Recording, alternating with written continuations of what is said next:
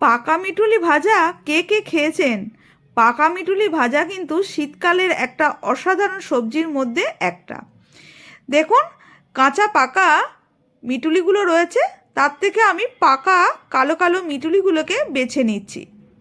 এবার ভালো করে আমি জলে ধুয়ে নেব এবং একটা বড় ছাঁকনি দিয়ে সেটাকে ছেঁকে জলটাকে ঝরিয়ে নেব।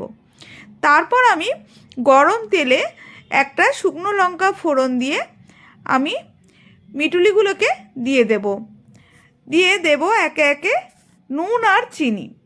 হলুদ এতে লাগবেই না, কারণ এতে হলুদ লাগার কোনো প্রয়োজনই নেই, কারণ মিটুলির রং লাল আর পাকা অবস্থা থাকে কালো। এর মধ্যে হলুদ দিলে বোঝাই যাবে না। মিটুলি ভাজা কিন্তু আমার রেডি।